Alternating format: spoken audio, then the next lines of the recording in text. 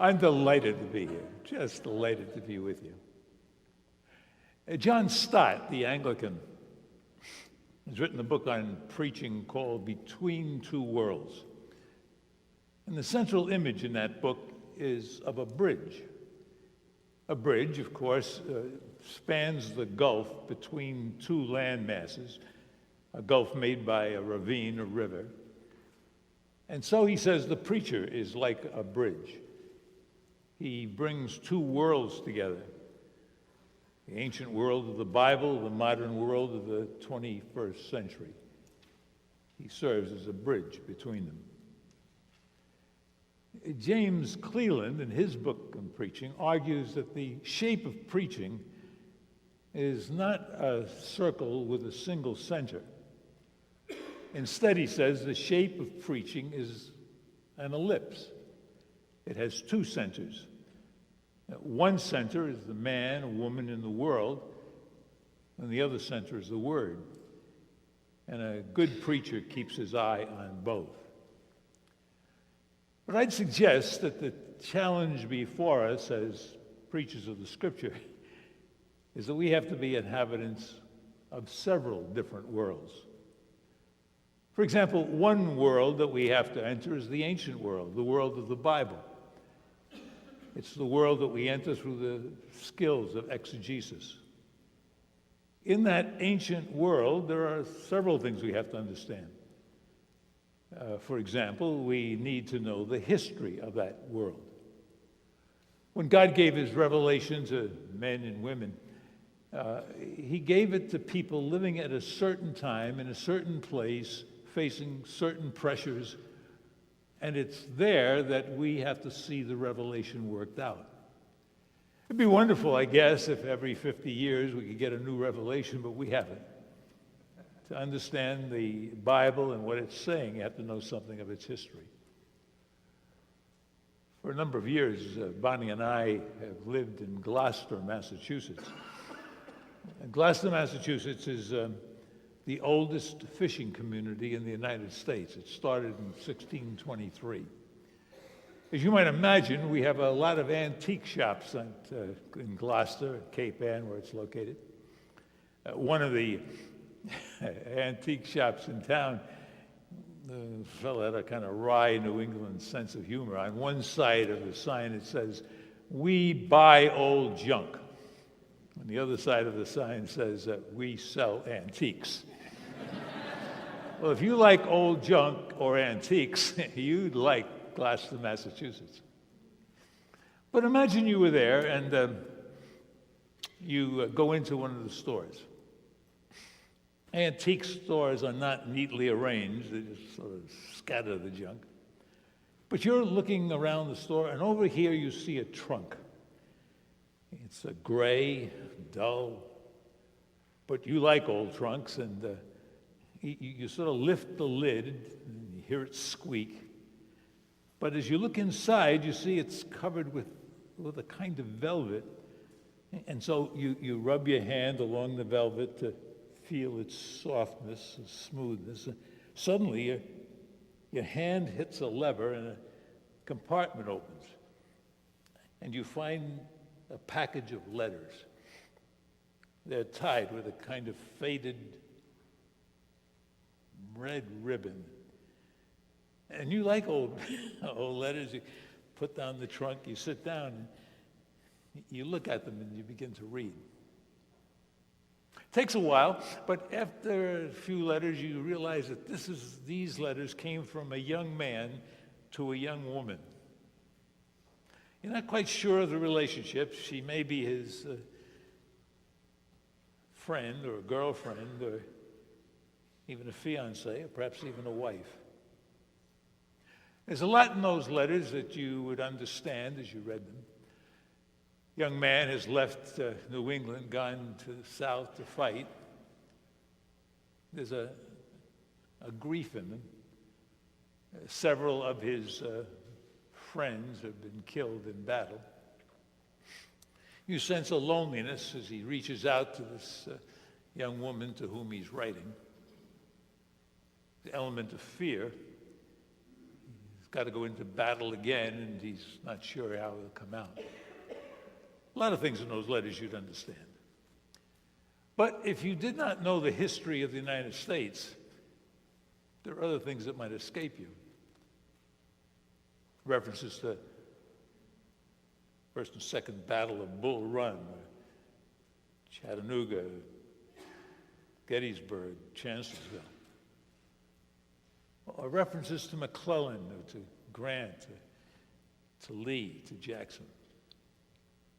If you did not know the history of the war between the states, all of that would bewilder you. There's a way in which that's true of the Bible. You can learn a lot, feel a lot of the scriptures as you read them. But unless you know something of the history out of which they come, a lot escapes you. History is important because reading the Bible is like reading somebody else's mail. And you like to know who they were, where they lived. To read the Bible well, it helps to know the languages of the Bible. As a fair disclaimer, you don't have to know Hebrew or Greek to really understand the scriptures. It's astonishing how much you can learn just reading them in English again and again. But there's some advantage of having been exposed to those original languages, the Greek, the Hebrew. One is that you're able to make decisions. As you know, translators are also interpreters. And as translators work through a passage, they have to make decisions, and then when they make these decisions, those decisions make them. For example, if you're working with Paul's Corinthian correspondence, you read, "The love of Christ constrains me." Is that a subjective genitive or an objective genitive? Is that my love for Christ or Christ's love for me? However you do, whatever you do with these, interprets what you're going to do down the line. And it certainly helps as you're reading the passage or the critical commentaries to understand what the arguments are. But there's another advantage of being able to have some familiarity with the languages. Because as you have studied them in school, you become aware of how the people in another culture think. Because language is not simply the way we communicate with others. Language is the way that we communicate with ourselves. We not only speak in languages, we think in languages. Benjamin Lee Whorf was a noted linguist and spent a good part of his life with the Hopi Indians down in our American Southwest. He says that he discovered that the Hopis, who are not a particularly educated people, were able to understand Einstein's theory of relativity when it was explained to them. He said the reason for that was that the Hopis have no time in their language. I mean, either something is happening here where they are or happening away from them, but they don't have a sense of time. It's hard for us to even imagine that because in English, time is everything. We can talk about the past, the present, the future, the past beyond the past, the future beyond the future, the moving, you know how it goes. We can't think apart from time. But the Hopis don't have any time in their language. It's either here or away from them. Einstein said he couldn't have thought of the theory of relativity in English. He said he needed German and mathematics. I don't know what that means, but that's what he said. But he also went on to point out that the Inuits, the Eskimos, don't have a single word for snow in their language. They have 17 words for snow. They have word for snow falling, snow hitting the ground, snow beginning to freeze, snow, 17 words. When Inuits think of snow, they can really think about snow. Just as we do not have a single word for a bread product made from wheat. If I say bread, you think of stuff wrapped in cellophane down at the supermarket, or the long loaves that the French people put under their arm and take home. But when I say bread, it doesn't bring bagels to your mind, or donuts, or bear claws.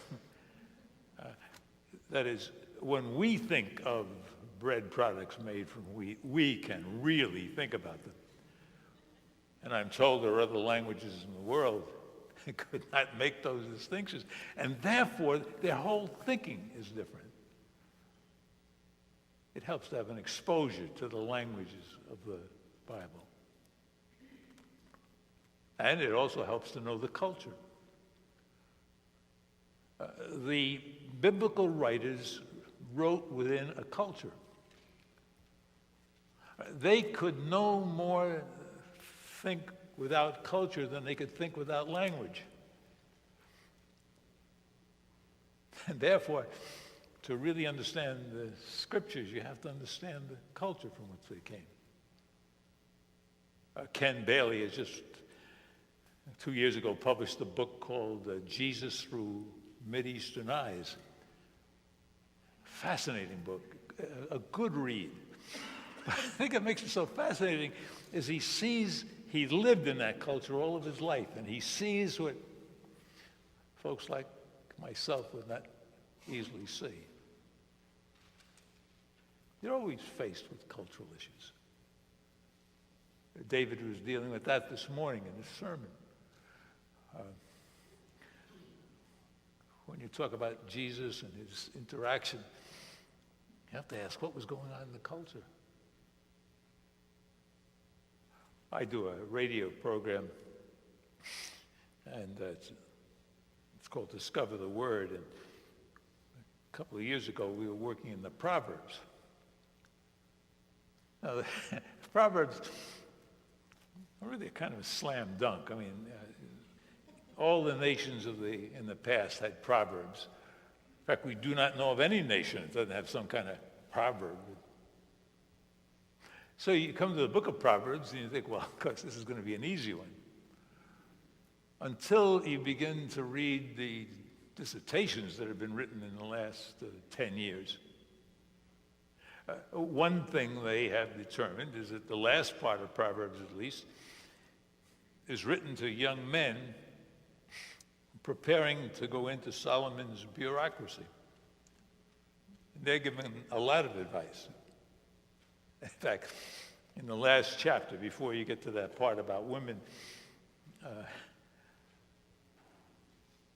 there's a whole bunch of instruction. If you're a leader, you don't want to drink. Clouds your mind, keeps you from making good decisions. On the other hand, if you got some fellow over here who's really having a tough time and he's in pain and stuff like that, give him beer, give him a shot of liquor, get him out of his misery. When I was growing up in Sunday school, they never told me that part, but you realize there's a lot of instruction there that it's not easy to bring it straight over. Or the first part of the book, you're told not to co-sign a note. I mean, the writers are almost ballistic about it. You co-signed a note, get out of it. Plead, beg, you know how it is. In our day, we have chapter 11, bankruptcy, chapter 7, you can pick your number. In that day, if you co-signed a note, my note, I didn't pay, you were going to pay. And if you didn't pay, you, your wife, your kids could be thrown into slavery. I mean, there were serious consequences to co-signing a note and not delivering. It's probably a good idea not to co-sign a note if you can't back it up, but the consequences are not that dire. Culture. The Bible is steeped in the culture of the ancient world. And it's hard to understand it unless you understand its culture. So one world that we have to enter is this world of the ancient world, the world of the Bible, the world that we enter through exegesis. But there's a second world that we have to be part of. That's the modern world, the world of the 21st century, the world that people in homiletics are concerned about. And this world, too, as you well know, has a history.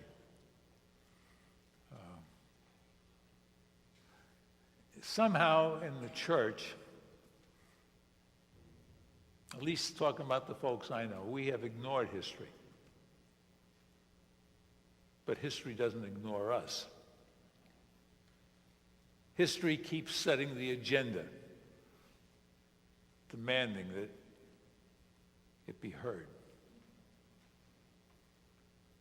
I remember the first time I ever talked to a couple about an abortion. It was 1965. I was working with the Christian Medical Dental Association, Dallas, working with the group over in the med school. And the young couple came to me, and they told me that he was involved in a program which he was going to specialize in a very subspecialty in medicine. So he's going to have to get out of med school. He's going to go on and take a residency, and then a residency after that. And as they could see it, at least 10 years would pass before he'd get into the practice of medicine. And they discovered that she was pregnant. At that time, med students were not allowed to work. She was working to earn a living. And suddenly, all of their plans were disrupted because they were going to have a baby. Admittedly, it was not the most convenient time for them to have a child. But they said, they came to say, the reason they came to talk to me was, they wondered if, in their case, it would be all right to have an abortion. I can still remember my own feelings. Had they said, you know, we have a 2-year-old and he's driving us nuts, it would be all right to kill him, I could have understood that, but I wouldn't have agreed to it. At that time, every state in the Union had laws against abortion.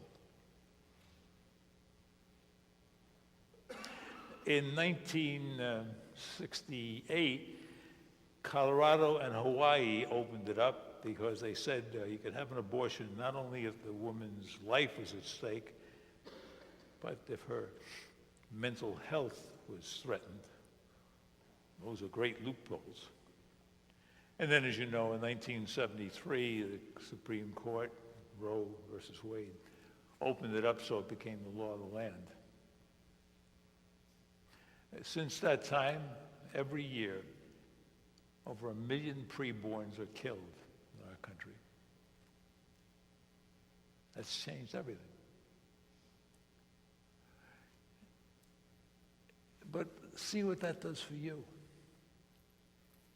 If the statistics mean anything, the chances are that 20% of the women in your congregation will have had an abortion. And you come to realize the evil of it. You come down from the mountain to thunder against this. But before you play that prophetic role, you better play the pastoral role. What does it do to a woman in your congregation who has an abortion, has had an abortion? How does that sermon affect her? Now, we've ignored history, but history doesn't ignore us. When history changes things, it changes us. I wish that the reason that we integrated it in our country was because of theologians from evangelical seminaries and Lutheran seminaries got together and read the book of Ephesians and said the middle wall of partition is broken down. Maybe that applies to African Americans and Caucasians. That's not what happened. Rosa Parks got on a bus down in Birmingham. She was tired and she didn't want to sit in the back of the bus. There wasn't much room for where the black people sat. So she sat up in the front, and the bus driver made a big issue of it. She refused to move. And that was a spark that brought the country ablaze. And it cost a great deal to bring integration. I say it to our shame that many of the churches actually opposed integration. Since that time, there have been books written about that occasion, and the churches that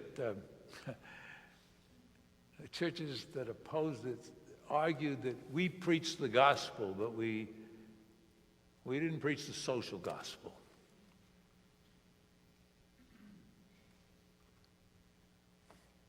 I mean, history was in the streets. History was rioting. The churches went on as though nothing had happened.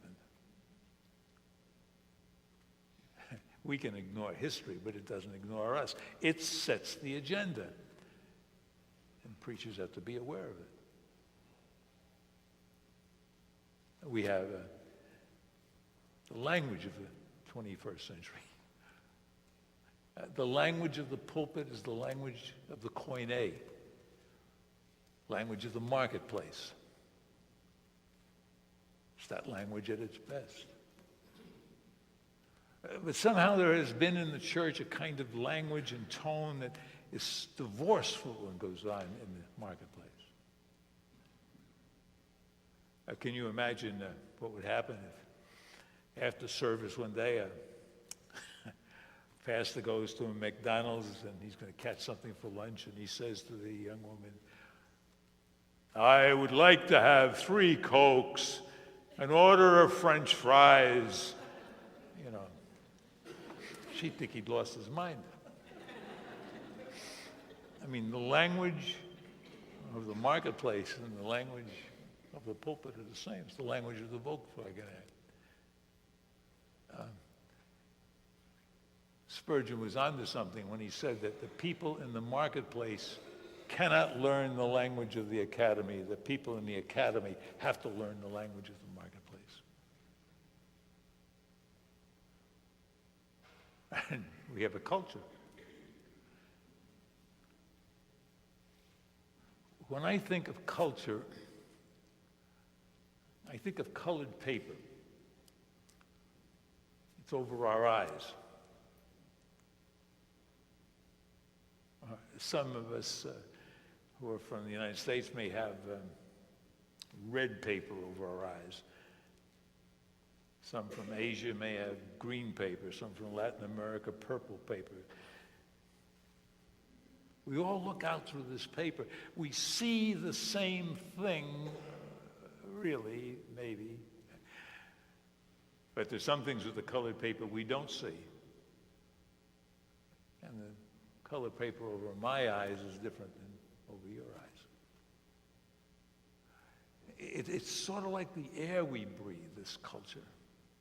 And preachers have to be aware of it. I mean, how in the United States, how do we preach the lordship of Christ in a republic or in a democracy? I mean, every 2 years, the people in the House of Representatives come ask for their vote, ask for our vote. Every 4 years, the presidential candidates come. Every 6 years, the people from the Senate come. We put them in, we take them out. And then we stand up to talk to our people about Jesus Christ as Lord. We find ourselves falling into it. We say, make Jesus Christ Lord of your life. He's not running for election. Isn't that, a lot of people think the doctrine of election is, say yes, the devil says yes, and the middle one says no.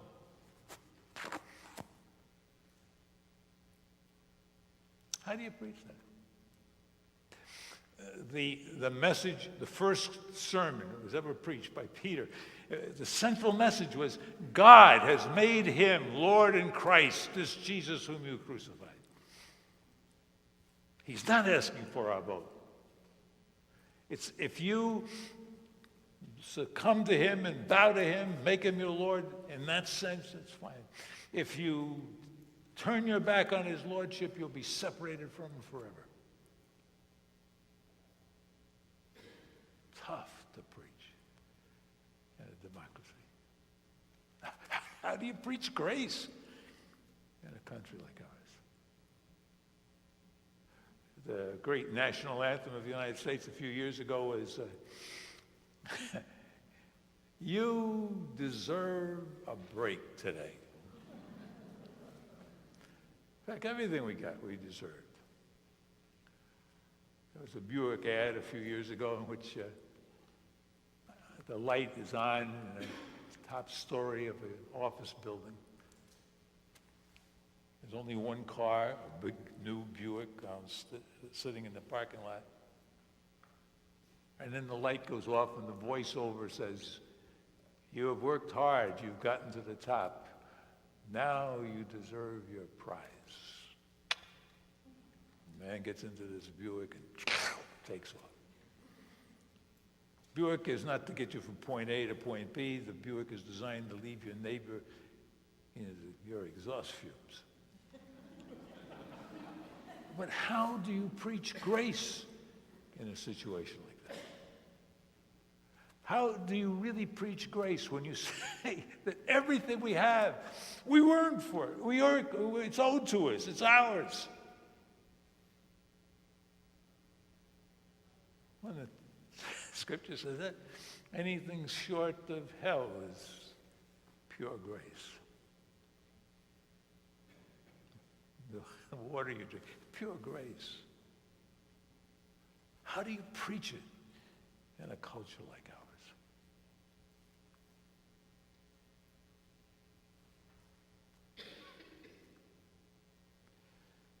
There's a third world we enter. Not only the ancient world, the world of the Bible, the modern world, but the particular world in which we minister. I think it's in Bainton's introduction to Martin Luther that Bainton says that every man or woman who's ever influenced his or her age for God has first of all been caught up in the spirit of that age, and then is able to stand outside and preach a word of judgment and grace. But the particular world that you minister to, that's where you speak that word of judgment and grace. I'm talking about the world of the zip code, the world of Fifth and Main, your particular congregation. You have to know that too, don't you? It is a history. And that history has affected that congregation. When I was teaching at Dallas Seminary, in the pastoral ministry department, the students had to do a project. And one of the students had just taken a church in East Texas, and he thought it'd be interesting to do a history of his church. We let him do it. When you're looking for projects, you take almost anything. But he did the history. He found that in the, this was about 1973. He found that in the late 1950s, a young black man had raped a white woman. They formed a vigilante committee, and they got this young black man and put him on a rough cross, set a fire underneath it, and burned him to death. And then a few years later, they had a split in the church. A big city, if people don't like this church, they can go across the street or down the way to another church. Small towns, you can't do that. I mean, if you leave the Lutheran church and go to the Methodist church, everybody knows it. And what happens when that occurs, not only does the church split, families split, and businesses split, and people are affected by it. He discovered they had a split in this church. And the pain was deep and great. So he would go door to door inviting people to come to the services. They all remember that young man who was burned. They all had felt the power of that split. Nobody told them about that in the pulpit committee when they called them. But it was there in the church, it was there in the community. Happens in our churches.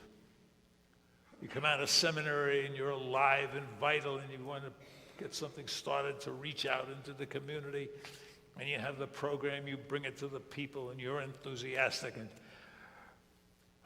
somehow it's a wide yawn as they hear it. But the reason is they've been there a long time. They've had a lot of people come.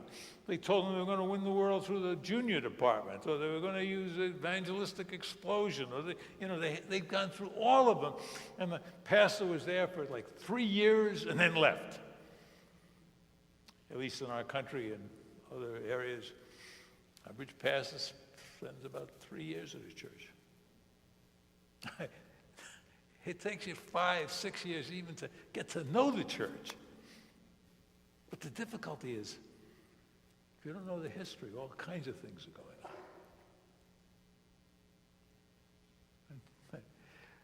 Churches have languages, don't they?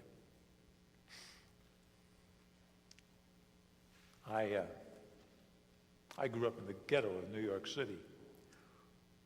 I never plowed a field. And when I was president at Denver Seminary, I was invited to speak at Aurora, Nebraska. Aurora, Nebraska is not the end of the world, but if you stand on a barn and look out, you can almost see it out there. And I got to this town, and the only hotel in town, and I wondered how I got there.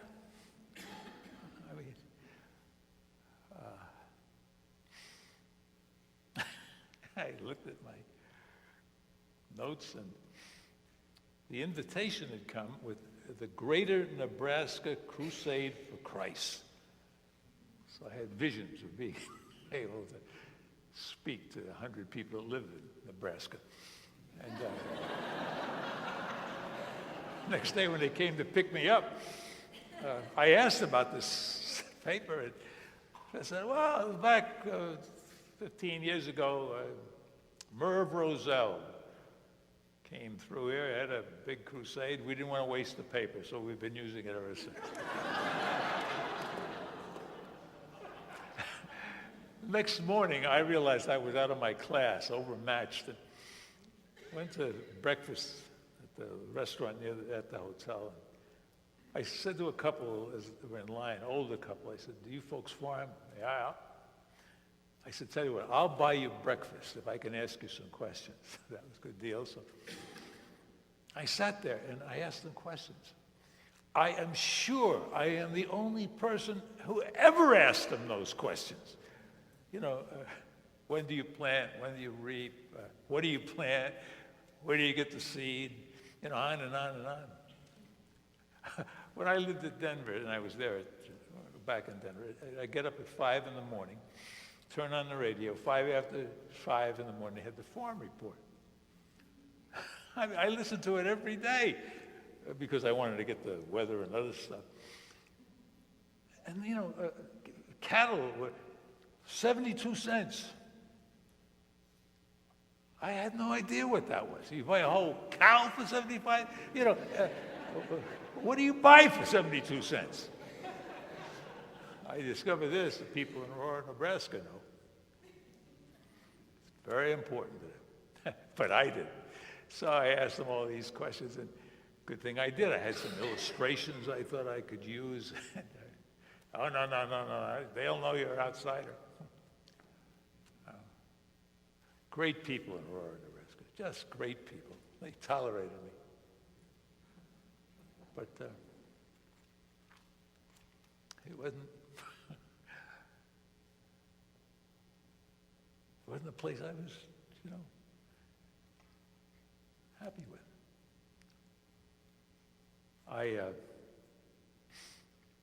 I think if God called me to Aurora, Nebraska, he'd have to have two angels and write it in the sky. But there were pastors there who had been in California before, in the bigger cities, who loved it. And they understood it. They were part of it. They spoke the language. When I was at Denver, we had a fellow from England come over to speak. It was his first trip to the United States. He'd gone through Chicago. He came to Denver. And I give him 20 points for trying. He was using an illustration. He said that when he had been in Chicago, they had taken him to see the White Stockings play. And he said it was a very exciting game because they were playing the team from New York, and he didn't quite remember what that was. But he said each team had its 8 sides, got to the last part of the last side, and one of the White Stockings hit a 4-base hit, and they won. We knew what that meant, but we also knew he wasn't one of us. White Sox, yeah. White Stockings, no. A homer, single, 2-base hit, 3-base hit. He communicated,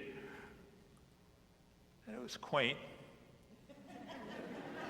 but he wasn't one of us. You've got to learn the language, don't you? And the culture. Oh, there's a culture where you minister.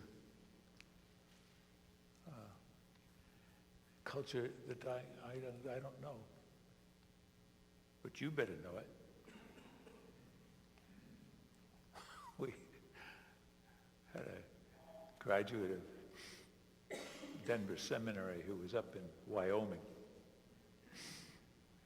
And I went up to preach for him one time. He was doing well. Had a church of about 350 in a town of about 200. That's a mega church up in Wyoming.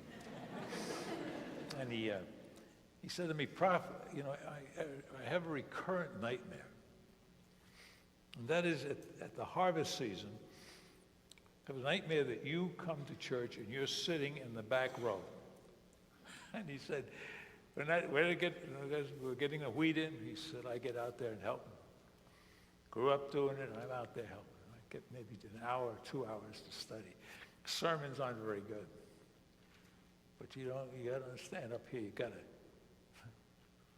wheat's everything. I would not have the slightest idea what to do with a wheat harvest, but he did. He's growing up with it. And he fit. So, there's one other world that we have to think about. Not only the ancient world, the world of the Bible, the modern world, the world that we enter with homiletics, particular world in which we serve. But it's the world represented by those dark figures in the circle. It's your world. You bring something to that world. And the question is, who are you? When you study the text, you study the text. I think women read a text different than men. African Americans read it different than Caucasians. People from Latin America are different than us. But who are you? Not only the question of what does the text do to you, but what do you do to the text? You're caught up in this culture. You can talk about it as though it's out there, but it's not. You're part of it too, aren't you? You have a history. If you grew up in a home in which you had an abusive father, it shapes your whole view of God. Just 2 weeks ago, I was talking to a young man that's in constant pain. I mean, the only difference is some days it's unbearable, other days it's there, but it's always there, and can't get medicine to calm it down. And he said to me, when I was growing up, my father was always honest. He'd come in sometimes and just beat us for no reason at all. He said, I know theologically it's not true, but I can't help believe that this is what God's like.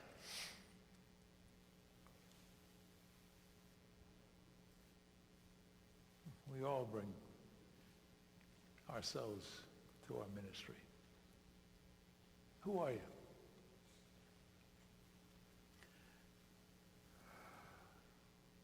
I think you could give psychological tests to people in a group like this or other groups, and you could pick up the ones who are strongly Reformed and those who are Arminian and whatever else in between.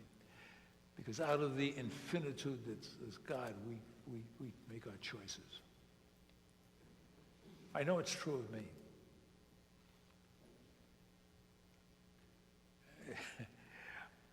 I believe in the depravity of women and men.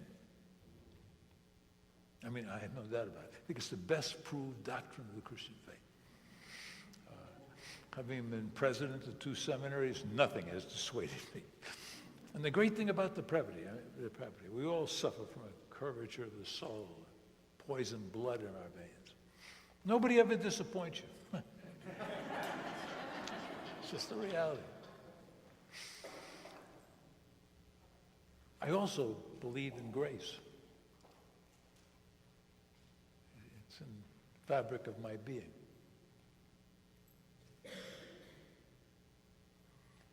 We have a friend who is a physician, Dallas area. He and his wife had a home out at Tyler, Texas. Tyler is the place they grow roses. They call it the rose capital of the world. He was at a low ebb in his life. Life just seemed so bleak. They went down to their home in Tyler for a few days. And he said he was sitting on the back porch looking at the roses that his wife had planted. And the day before, she had a farmer dump a load of manure on those roses to get them to grow. And I was sitting there looking at the roses, smelling that manure, and he said, suddenly it dawned on me that God grows roses out of manure piles. Not the best statement of the doctrine, but a clear statement. God grows roses out of manure piles. If you can't handle the manure, get out of the ministry. Sometimes you find it's up to your kneecaps. But always out of that, there's a working of God, in which roses grow. And certainly our opportunity to point out to people what God has been doing in the smell of the manure. That's not the only 2 doctrines. Those are not the only 2 doctrines of the faith. I need other people to remind me of other doctrines. But I know they come to me out of my background. Anyway, the challenge of being a biblical preacher is that it takes all of you. And you can do things that I can't do. You can be at places I can't be.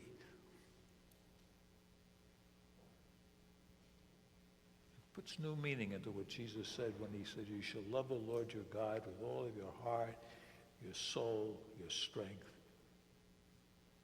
and your might.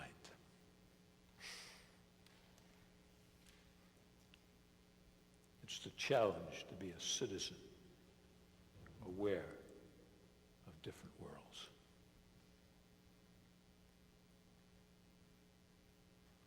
All right,